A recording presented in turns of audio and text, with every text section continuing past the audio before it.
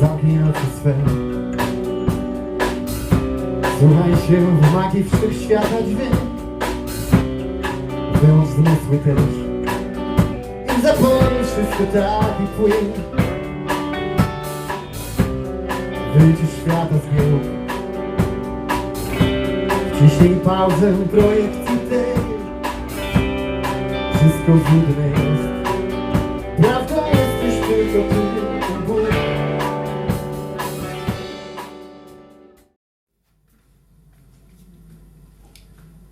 Słowo Rai 5.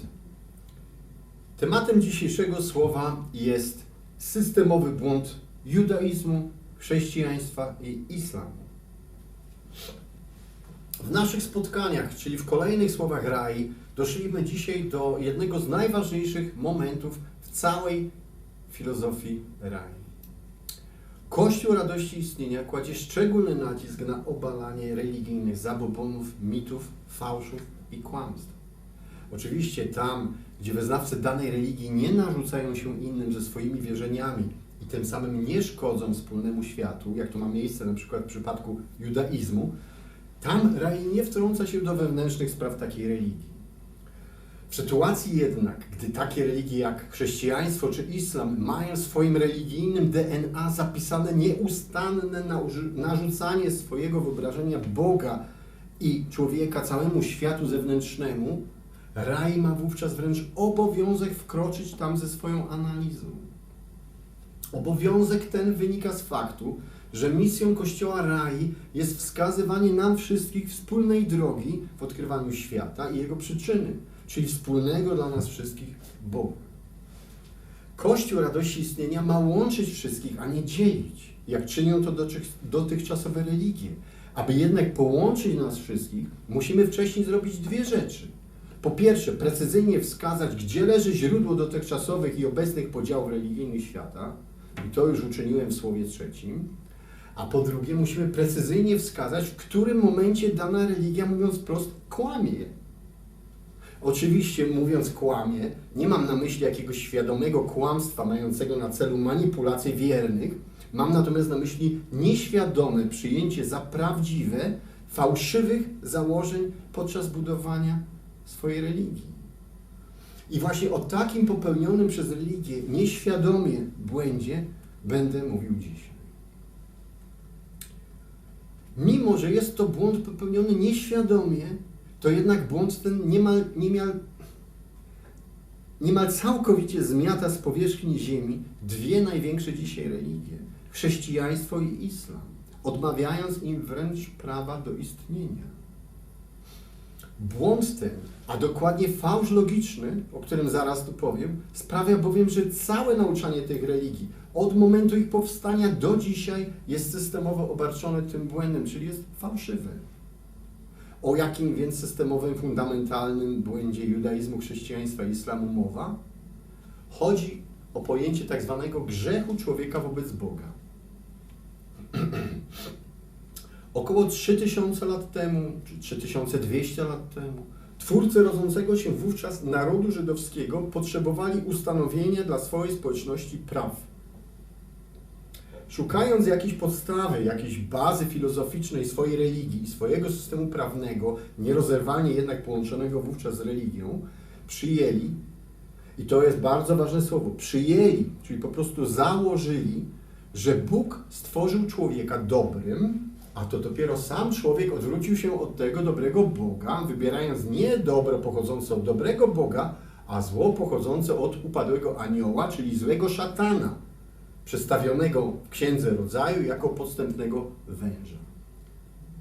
Bóg Izraela ustanowił w boskim raju prawa, a pierwsi ludzie Adam i Ewa te prawa złamali, za co Bóg wymierzył im karę wypędzenia z raju i karę doczesnego ziemskiego cierpienia, chorób, bólu, trudu, znoju i ciągłej konieczności walki o przetrwanie. No cóż, teoretycznie jest okej, no takie założenie jak każde inne. Możemy zapytać, skąd mamy wiedzieć, że tak faktycznie nie było, czy nie mogło być. No i właśnie.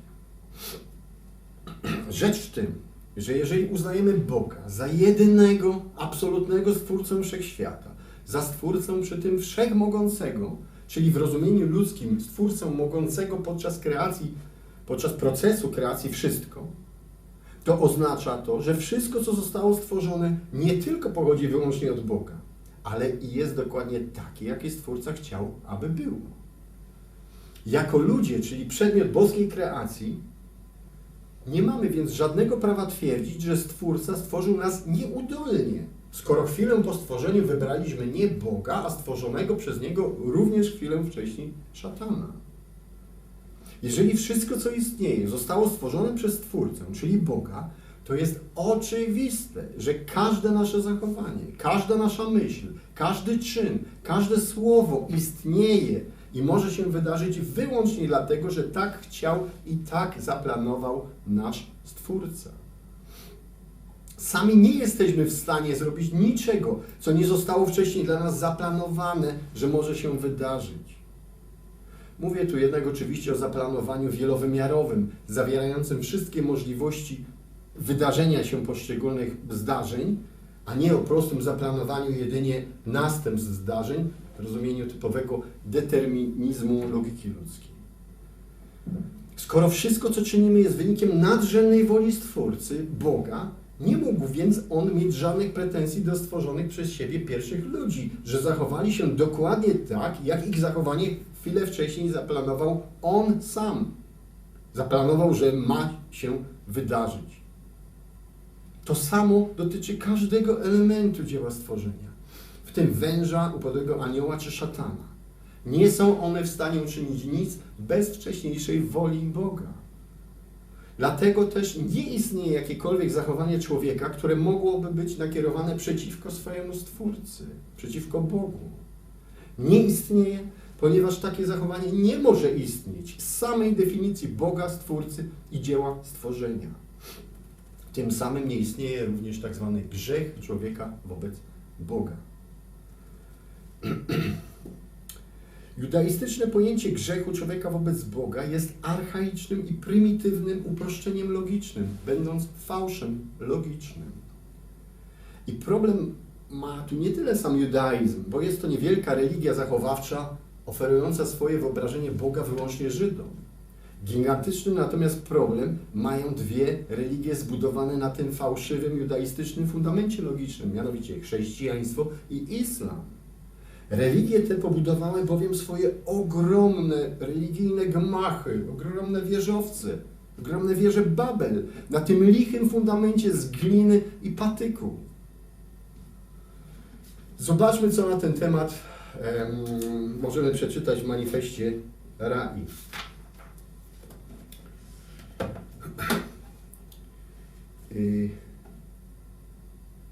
Akapit 805 mówi, że do obalenia idei judaistycznego, chrześcijańskiego i islamskiego pojęcia grzechu człowieka wobec Boga nie ma potrzeby przeprowadzania jakiegokolwiek innego dowodu logicznego, a wystarczy poziom pewnie 5. klasy szkoły podstawowej. Jeżeli zbiór B wynika wyłącznie z A, to nie istnieje taki element zbioru B, który nie wynika z A. Lub prościej, jeżeli zbiór B wynika wyłącznie z A, to każdy element zbioru B wynika z A. I 808. Konstrukcja logiczna zakładająca istnienie grzechu wobec Boga, rozumianego jako postąpienie człowieka wbrew nakazowi woli Boga, jest fałszywa, bowiem nie istnieje zachowanie człowieka, które nie byłoby zgodne z nadrzędną wolą Boga. Wszystko, co jest w stanie uczynić człowiek, całkowicie zawiera się w woli Stwórcy. Bez względu na to, jak zachowa się człowiek, nigdy nie jest w stanie on postąpić wbrew nadrzędnej woli swojego Stwórcy, czyli popełnić grzech. Stosunek Stwórca-człowiek to stosunek całkowicie, bezwzględnie, absolutnie hierarchiczny, pionowy, wynikowy. Człowiek nie jest w stanie być równy Bogu, ponieważ B wynika całkowicie z A, ale B nic więcej na temat A nie wie i nie jest w stanie się dowiedzieć. W żadnym momencie B nie jest więc w stanie równać się z A. możliwość istnienia grzechu pojawić by się mogła dopiero wtedy, gdyby B i A były sobie choćby w minimalnym stopniu równorzędne i gdyby wymieniały się informacjami, mając również możliwość decydowania, którymi informacjami chcą się nawzajem wymienić. Wówczas możliwa byłaby także niepełna wymiana informacji, która mogłaby być ewentualnie rozumiana jako przewinienie jednej strony wobec drugiej, jeżeli wcześniej strony określiły obowiązujące między nimi prawa. Oznacza to, że o ile grzech może istnieć w relacji człowiek-człowiek, w tym w relacji poddany-władca, to nigdy nie w relacji człowiek-Bóg. I na tym polega fałszywość tego judaistycznego konstruktu myślowego, konstruktu logicznego. Na archaicznym, płytkim przeniesieniu wartości ludzkich do świata Boga. I dalej, 813. Judaizm swoją koncepcją Boga i świata tworzy rodzaj miski, terrarium, w której odbywa się nasz świat i jego losy. Bóg co jakiś czas do tej miski zajrzy i tu sypnie więcej, tu mniej, a czasem i o tej misce całkiem zapomni. Oraz 816. Judaizm pomieszał logicznie hierarchię stworzenia, bowiem B, czyli dzieło stworzenia, nie wynika już całkowicie pionowo z A, czyli Stwórcy, a jest poziomą, ciągłą interakcją tak A z B, jak i siłą rzeczy zwrotnie B z A. Jest więc ciągłym dialogiem Stwórcy z dziełem stworzenia. Dzieło stworzenia, czyli nasz świat, w konstrukcji żydowskiej nie jest więc dziełem energetycznie stabilnym, stałym, o ukończonej już kreacji, w zakresie oczywiście możliwym do zauważenia, zinterpretowania przez człowieka, a jest dziełem niestabilnym, zmiennym i płynnym, o kreacji miejscowej, zależnej od chwilowego humoru Boga. Uznaniu takiej konstrukcji logicznej za prawdziwą zdecydowanie jednak przeczy zauważana przez nas wszędzie wokół rzeczywistość naszego świata, który jest dla nas wyjątkowo stały, wyjątkowo spójny w tej stałości, powtarzalny i w zakresie tego, co umiemy już zaobserwować, bardzo precyzyjnie zbilansowany energetycznie.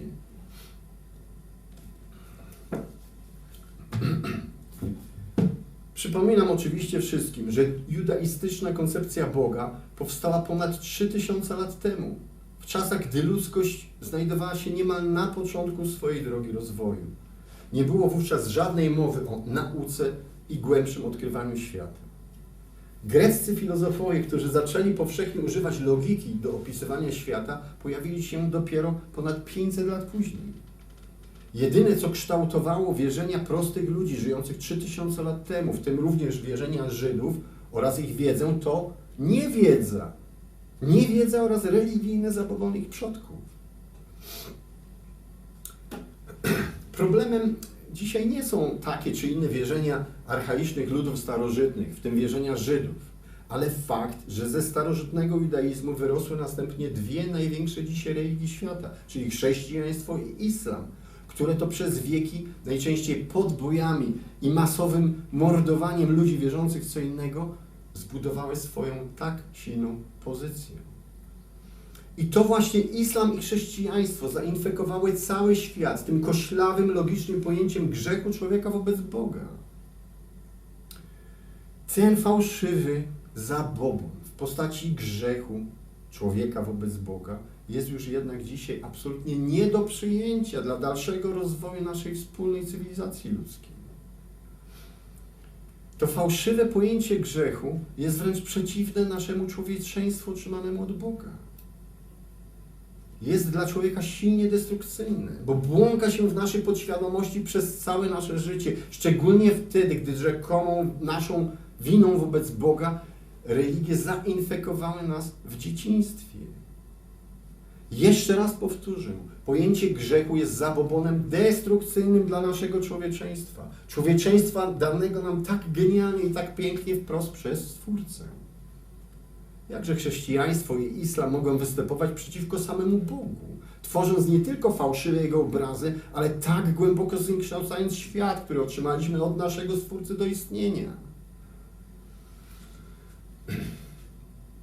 Wspomnę tu teraz również chwilę o tak zwanym ludzkim wolnym wyborze, którego to pojęcia bardzo lubią używać chrześcijaństwo i islam. Religie te mówią: Bóg stworzył cię wolnym, możesz iść, w którą stronę chcesz. Możesz albo wybrać dobro pochodzące od Boga, czyli to, o czym mówi dana religia, za to pójdziesz do raju. Możesz również wybrać zło pochodzące od szatana, czyli nauczanie innych religii, za co pójdziesz do piekła. Co jednak to oznacza? Czy oznacza to, że jesteśmy wolni, skoro mamy taki rzekomo wolny wybór? Czy wolny wybór dany człowiekowi przez najwyższego Stwórcę Wszechświata ma polegać na wyborze albo wieczne życie, albo wieczne męki w ogniach piekielnych? To chyba jakaś kolejna chrześcijańska czy islamska kpina. To nie jest żaden wolny wybór wolnego człowieka, ale zwykły, wręcz paraprzestępczy religijny szantaż, który powinien zacząć być karany. Albo zrobisz to, co ci mówimy, albo czekają cię tortury i śmierć. Z filmów gangsterskich znamy takie hasła. Stwórca tak stworzył nasz świat, że możemy wybierać jedynie pomiędzy chwilowymi przeciwieństwami tworzącymi naszą rzeczywistość. Jeżeli wybieramy coś, co dla nas jest negatywne, za chwilę ponosimy konsekwencje tego wyboru.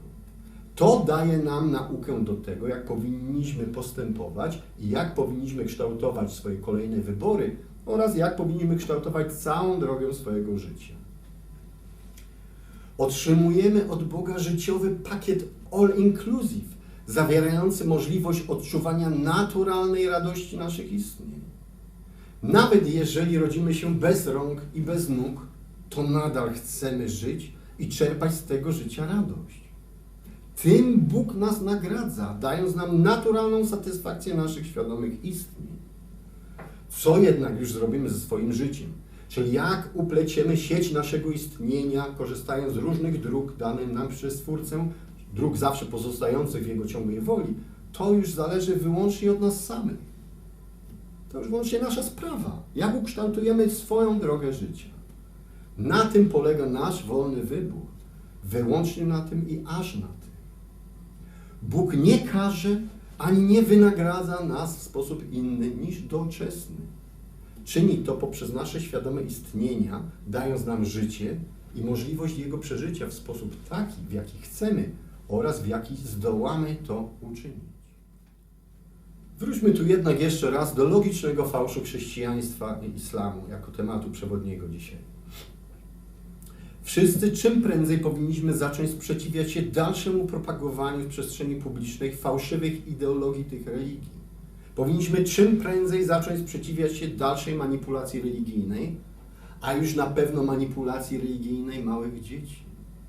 Chrześcijaństwo i islam powinny czym prędzej zniknąć z powierzchni ziemi, jako religie fałszywe, potrafiące jedynie mamić ludzi obietnicami dalszego życia po śmierci, w zamian za wypełnianie przez ludzi narzucanych przez te religie warunków.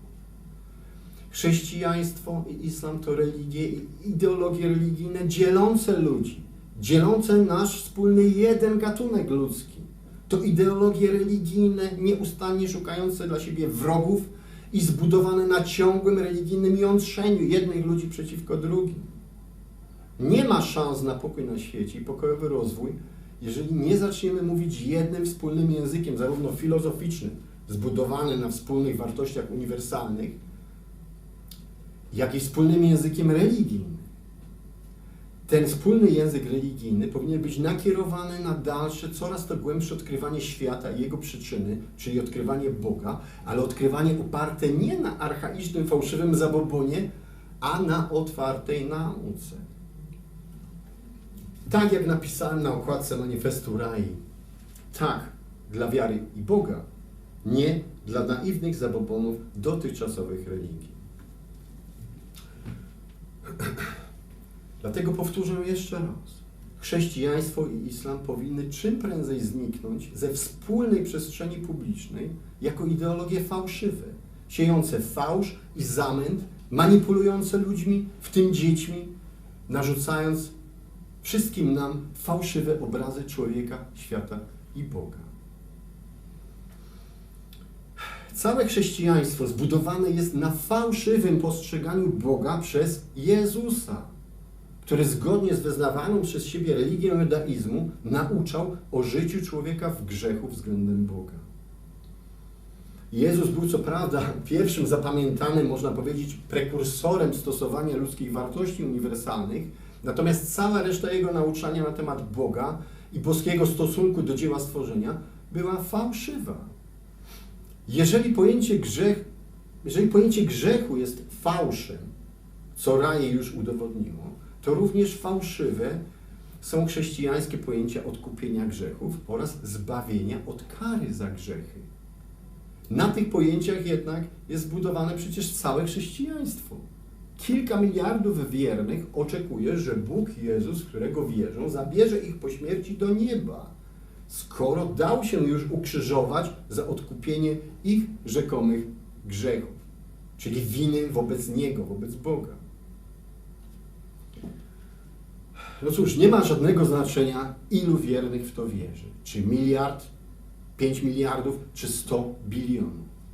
Bez pojęć grzech, odkupienie i zbawienie, chrześcijaństwo jest zwykłą, ogromną bańką mydlaną, która za chwilę pęknie. Może i bańką mieniącą się na powierzchni pięknymi kolorami, ale całkowicie pustą w środku. No a co powiemy na temat islamu? Bez pojęcia grzechu islam staje się jedynie zbiorem lepszych czy gorszych praw społecznych. Nic więcej. Mimo że religia ta jest nadęta pychą najbardziej ze wszystkich ziemskich religii, jest jednak, podobnie jak i chrześcijaństwo, zwykłą wydmuszką, kruchą skorupą, całkowicie pustą w środku. Tyle w tych religiach Boga, ile w kuchennej zmywarce do naczyń. Pamiętajmy jednak, że siła tych religii tkwi nie w nich samych, ale siłą tych religii jest jedynie wiara ich wiernych. Jedynie i aż. Ale jak już to pokazałem w poprzednich naszych spotkaniach, działa sama nasza wiara, a nie to, w co wierzymy. Jeżeli więc ludzie przestaną wierzyć w fałsz, chrześcijaństwo i islam znikną. Pojawią się za to w miejscu bezpiecznym zarówno dla nich, jak i miejscu bezpiecznym dla świata, czyli w muzealnej gablotce, jako historyczna pamiątka odkrywania przez człowieka Boga i odkrywania dzieła stworzenia. Oto słowo Rai. Teraz i zawsze. Zapraszam Was do przeczytania całego rozdziału z manifestu, w którym szeroko wyjaśniam całe zagadnienie nieistnienia grzechu człowieka wobec Boga. Przypominam również, że duża część tego rozdziału jest zamieszczona na naszej stronie internetowej. Zapraszam oczywiście do zakupu manifestu, który można kupić też na naszej stronie internetowej. Poprzez stronę naszą internetową można też wesprzeć Kościół Rai zarówno swoją darowizną, jak i również zgłosić chęć pomocy, czyli pracy, do czego jak zwykle serdecznie Was zapraszam.